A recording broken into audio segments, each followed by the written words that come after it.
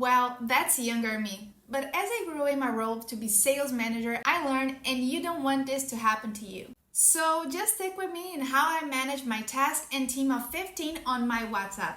Now, I love scheduling my tasks on HubSpot CRM for my WhatsApp for 3 main reasons. 1, it's a really easy to use platform. I don't need to figure out another yet software. 2, it's super transparent. I can see everything that is assigned to me. My coworkers can assign me to tasks and I can sign out other tasks. And finally, the tasks on my WhatsApp are synced with my company CRM. Now, there are 2 options to create tasks. One is in your WhatsApp CRM, and the other is on HubSpot CRM. You can create tasks on your WhatsApp CRM if you use WhatsApp as your CRM using Eazybe. But today we're going to focus on creating tasks on HubSpot CRM.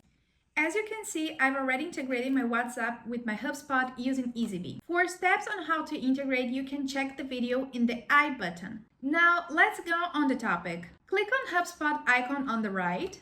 A bar opens. Here you can see all of the tasks that are assigned to you or anyone else. Now to create a task, in the top right select Create Task and give your task a title. And something that I really recommend you folks to use is priority. Priority is really what tells me where I need to start my day.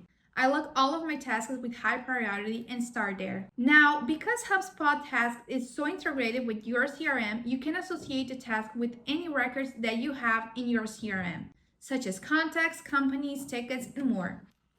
Of course, let's set the due date for 9 a.m. This allows you to manage your tasks from your WhatsApp. So you don't necessarily have to leave out of your CRM if you don't want to. That looks good, great.